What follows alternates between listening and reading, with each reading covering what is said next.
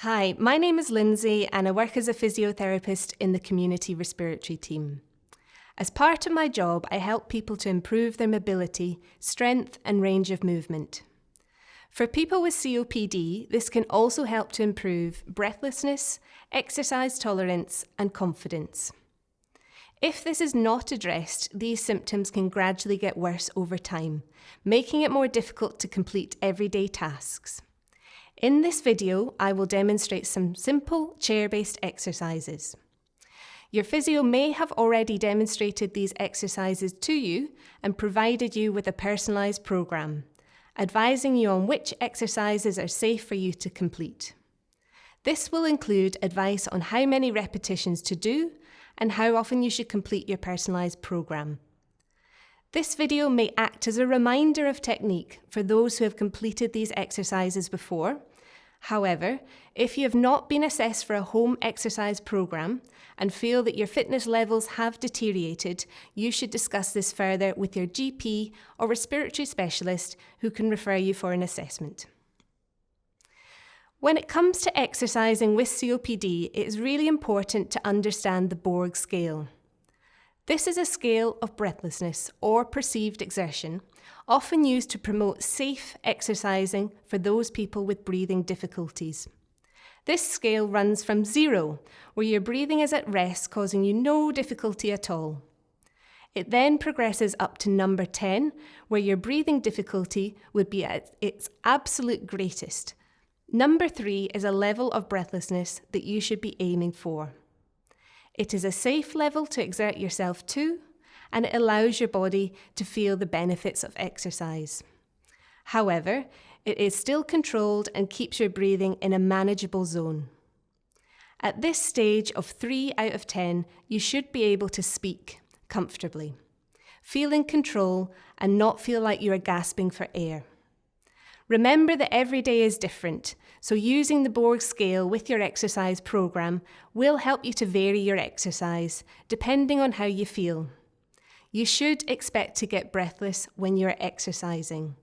After all, it is normal and everyone gets breathless on exertion. However, knowing how breathless you should be when you exercise and what feels normal for you will give you the confidence to be active.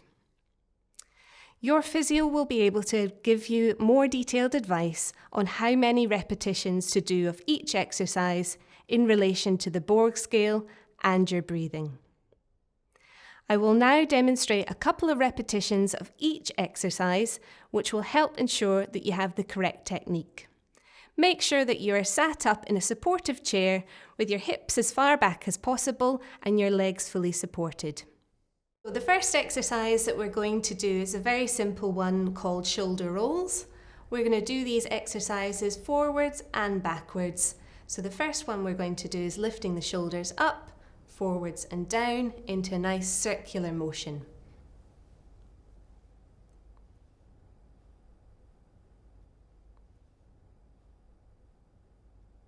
And then we're also going to do backwards. So we're going to bring the shoulders up, back and down, and that's going to help to loosen off any tension in the shoulders.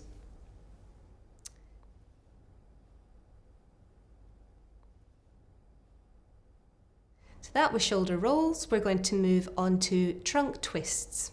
For this one, sitting up nice and tall, you're going to pop your arms across your chest and you're going to slowly move from one side to the other, slowly leading with the breastbone rather than the neck, moving from one side to the other.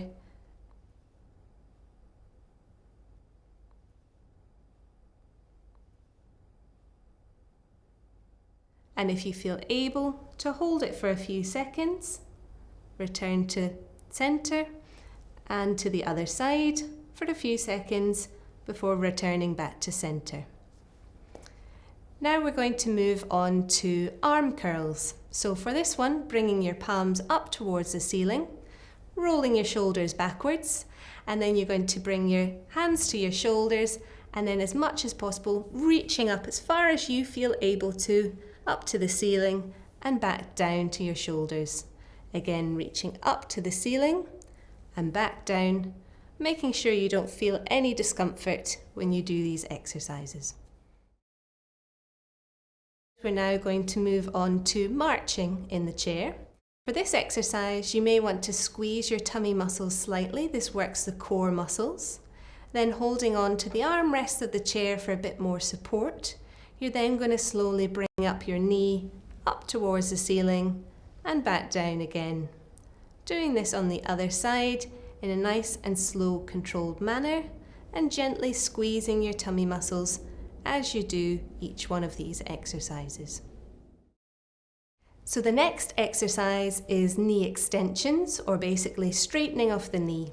This exercise again involves you to use your core muscles by slowly tightening your muscles here. Again, in this position you may want to be holding on to the armrests of the chair and gently squeezing your tummy muscles to work the core.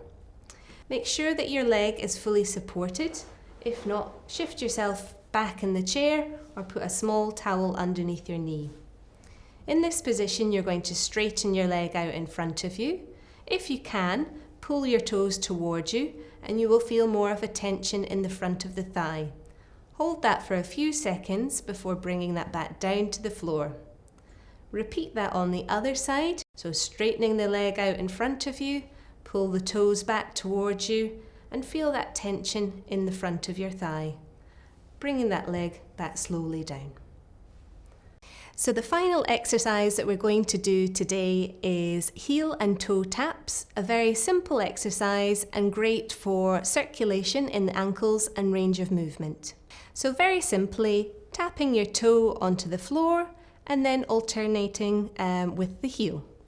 Toe and heel, toe and heel. Once you've done this, repeat it on the other side to keep things equal.